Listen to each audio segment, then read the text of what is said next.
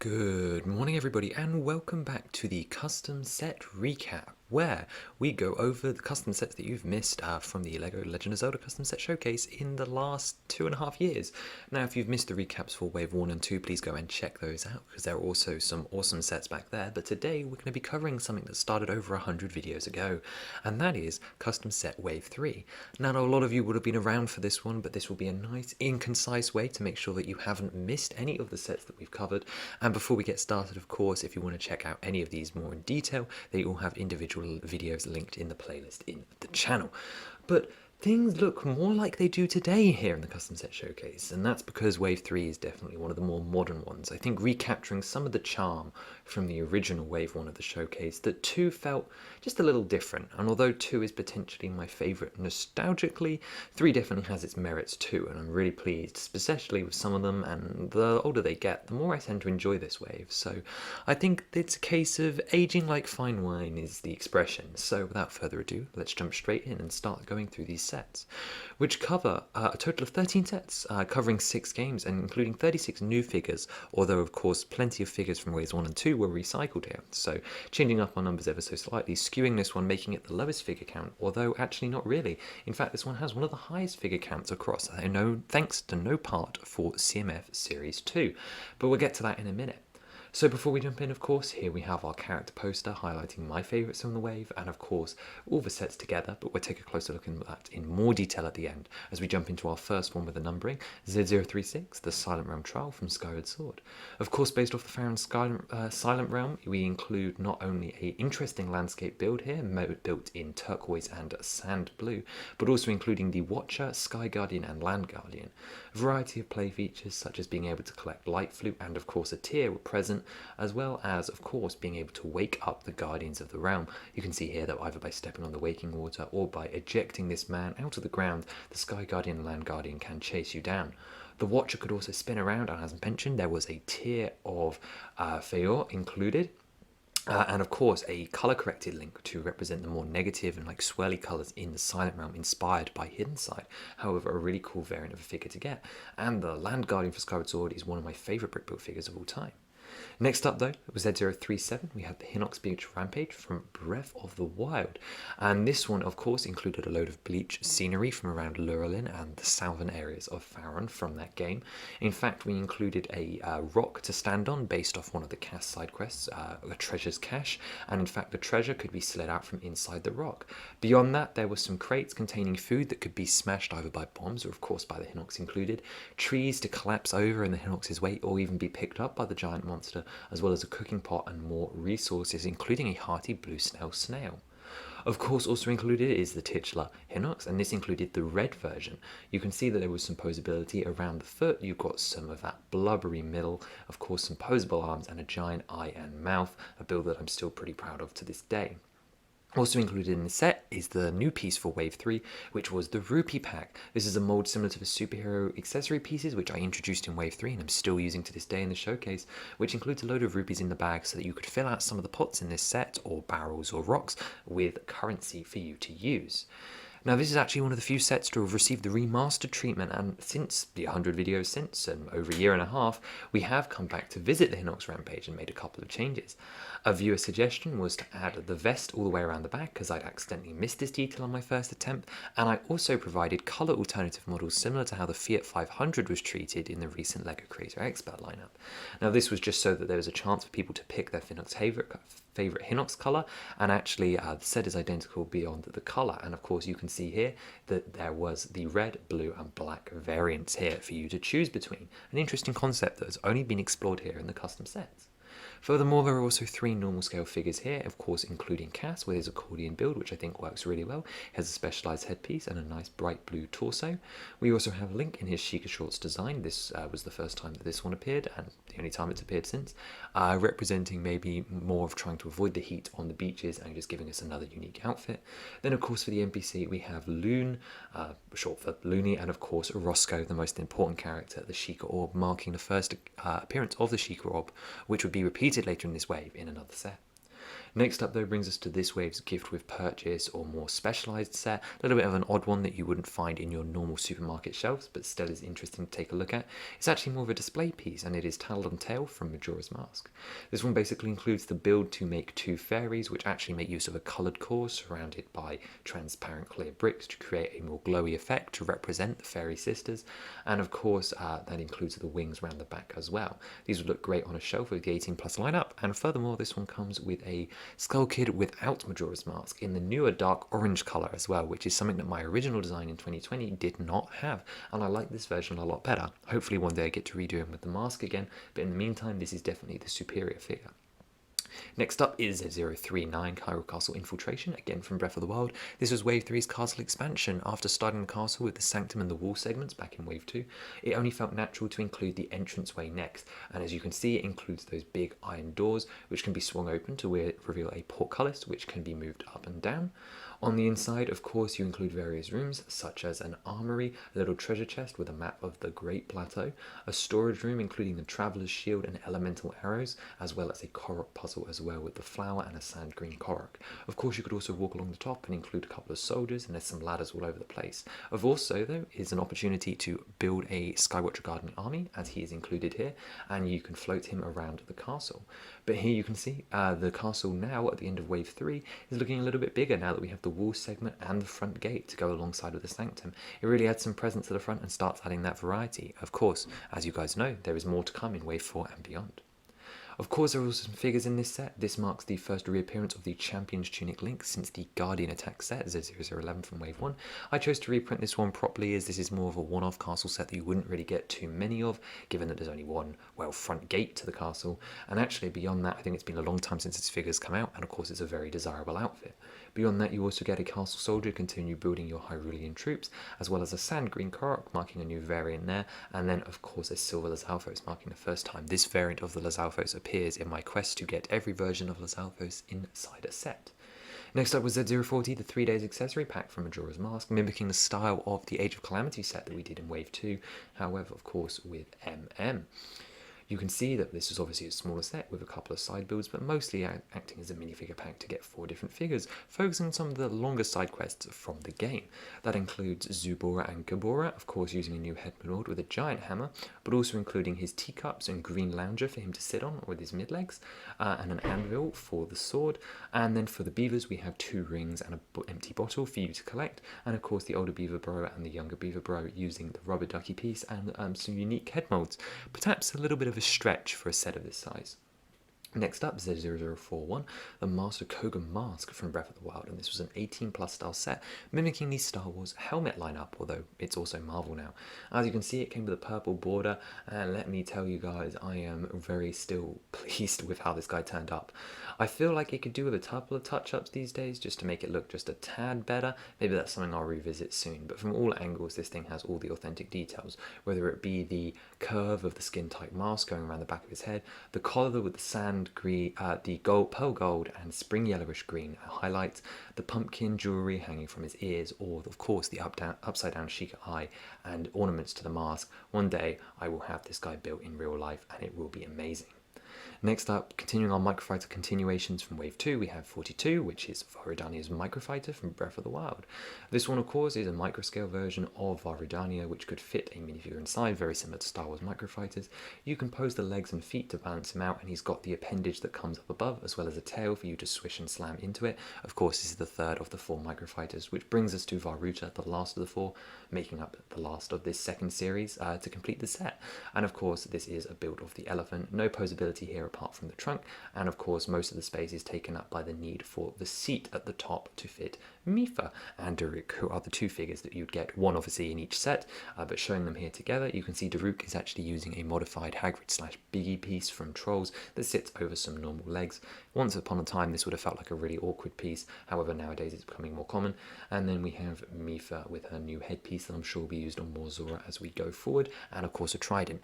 Now one thing to note is these characters do fall at a much lower quality similarity to the rest of the Wave 1 crew, and that is because along with the other two champions, they were actually drawn at the very end of Wave 1, making them some of the oldest figures, and they just haven't been updated. To give you an idea of maybe what they'd look like in more high definition, here is a questionable scrapped render that I did replicating the Age of Calamity box art. Now this is not perfect, only a couple of these are improvements, but they do use newer pieces and more high fidelity designs, so you can get a little bit more clearer what I'd be looking at with the Daruk printing, even though that face is absolutely terrifying. Please reference the other one for the face, and the same is true for Mifa as well. And of course, had to show you both all 4 beasts together from Wave 2 of course, and then the 2 from Wave 3, all lined up here ready to launch a beam at the castle. Next up, Z044 was the Castle Troop Battle Pack, marking the only Battle Pack of the Wave 3 lineup. That, of course, is from multiple games, most notably the figures are Breath of the Wild based, while the scenery itself is Ocarina of Time. This is actually essentially another castle expansion to fill in some of the empty space. You could add some of the pergolas, which specifically references Breath of the Wild, and all the statues and hedges from Ocarina of Time. And of course, as usual with these Battle Packs, buying more of them to get Castle Troops is a fantastic option, but also to give you more of these pergolas to go around the whole castle, as it's a pretty big area, and there are actually like 6 or 7 I think in Breath of the Wild's Hyrule Castle, and of course more hedges to make the hedge maze that young Link climbs through, and more statues, parts or just for the fun of it. Of course, here's an example of what that might look like. You can see the expanded thing. It's a little bit more repetitive than say the Zalfos one and doesn't quite fit thematically. However, it's still a pretty good attempt and better than most Star Wars Battle Pack builds.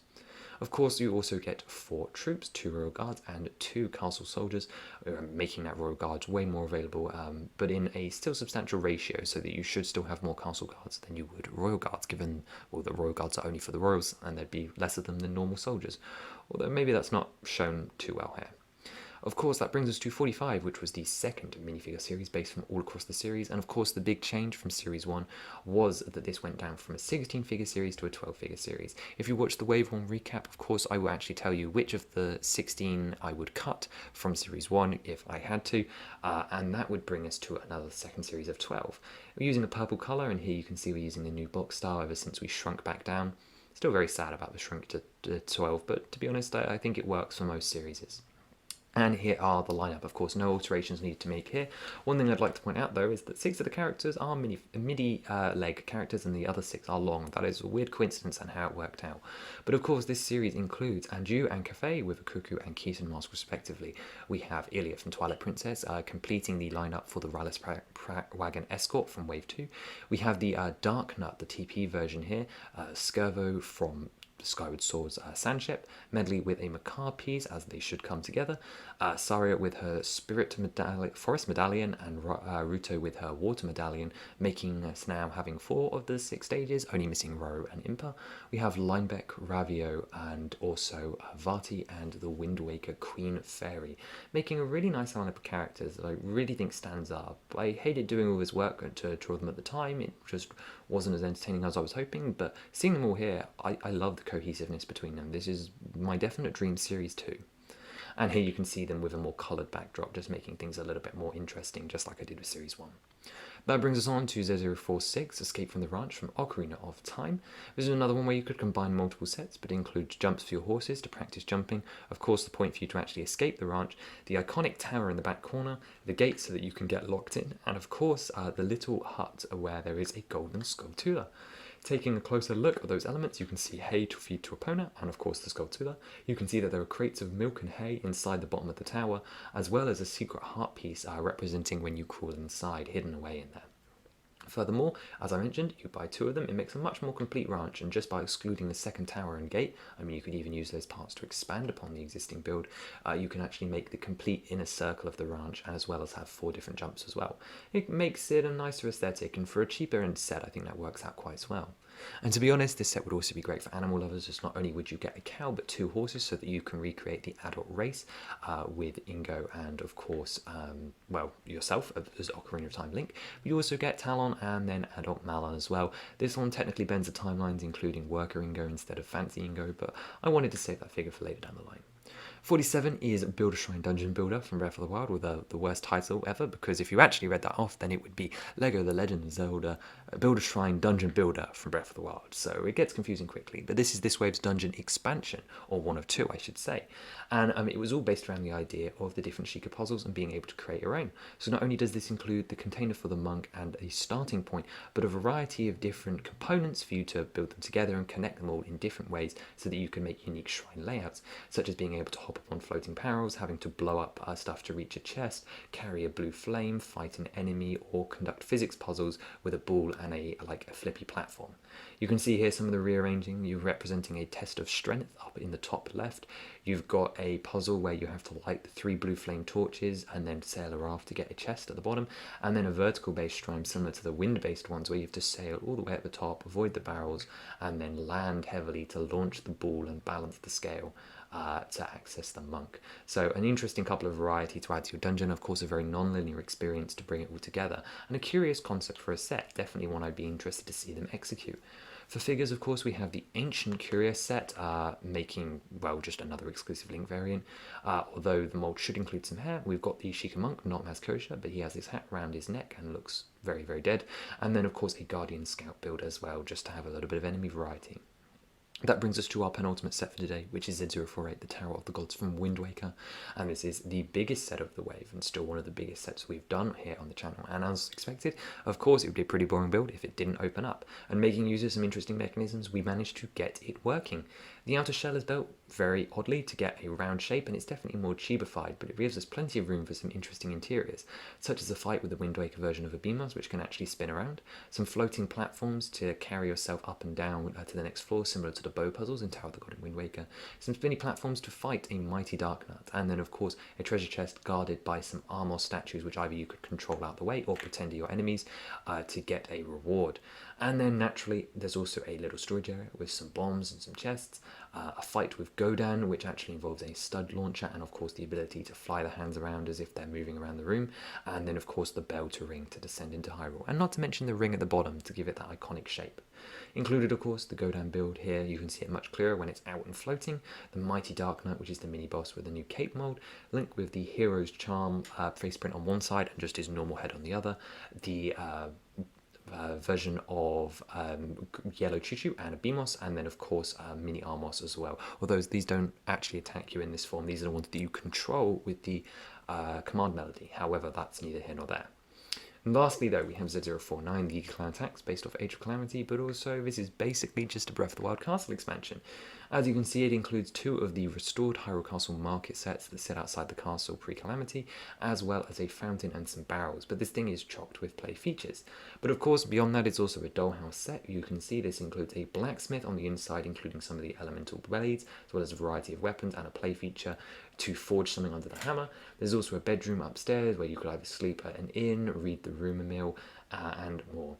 The roof actually opens up to reveal a fire play feature, as if once the Eagle or the Guardians have attacked, you can release the fire to show that the place is burning down. The Eagle can knock down the colourful banners that hang between the houses to represent just a little bit more chaos, and then also knock over the barrels, which include flint, bananas, and fish. And actually, furthermore, in the second building, we also have an armor store with different rupee mounts for different sets of armor. You've got a general store, which includes wheat, eggs, mushrooms, and milk. And then in the roof, you could actually store some of the Yiga minifigures and then flip them upwards quickly to actually make them look like they're appearing out of nowhere, like when they poof into existence in the level from AOC. Furthermore, of course, you get Link in the soldier outfit, which is just the normal soldier gear, just with his head and hair on. You've got Cedro the blacksmith, who is an AOC character, and then Suga, and then 2 foot soldiers to start building that Yiga army. They will return in future sets, I guarantee it. And obviously, now that we've reached the end of the sets, we have a couple of the overall images, some of the most fun stuff to take a look at. Here, of course, is the new dungeon layout. It's becoming a little bit more 3D, thanks to the addition of the Shadow Temple in Wave 3. And of course, the Tower of the Gods, while not an official expansion, does add a lot of height to the layout. You can also see the Shrine Builder, but I'm very excited for angles to be introduced with the Wave 4 sets. Here, of course, is all the sets lined up. You can see it's a pretty impressive lineup. It takes quite a while to go through. And when you add that to wave 1 and 2, this creates the original 3-year plan that 3-wave plan that I set out for myself before originally increasing the waves to 9 total waves. Here you can see the sets on the shelf along with a couple of extras such as the botanical collection, but don't worry, we'll be going over those in the future in the messy middle recap, which is still to come. Lastly, here you can see those castle sets next to the Divine Beast and of course the expanded castle. The little pop of green brought by the hedgerows makes a really interest to the castle, and obviously the more work and more expansions we add, the more interesting that will get. Furthermore, of course, the houses at the front are nice and colourful additions as well, that I think if you had a castle and you'd bought all the extra sets to make the sanctum this big and the rest of it, you'd buy the houses too, let's be real. And here, of course, to finish us off is the figures, everything from wave 1, 2 and 3, and yeah, the messy middle's in here too, but we don't talk about that right now. We'll get to it, don't worry. Sooner or later we will achieve our goal. But that's going to do it for the recap of wave 3. Hopefully some of these attach some memories. Let me know your favourite out of this batch down below. We'll be covering the last couple of sets on the recap very, very soon, probably in June, maybe. But that doesn't matter if you're watching this later down the line. Please do let me know your favourite set, and if there's any here that you don't think you've seen or want to go back to or are curious about more features, all of them, I guarantee all of them have more to hide. So go back and check out the playlist as well. But in the meantime, have yourself a wonderful rest of your day. Goodbye.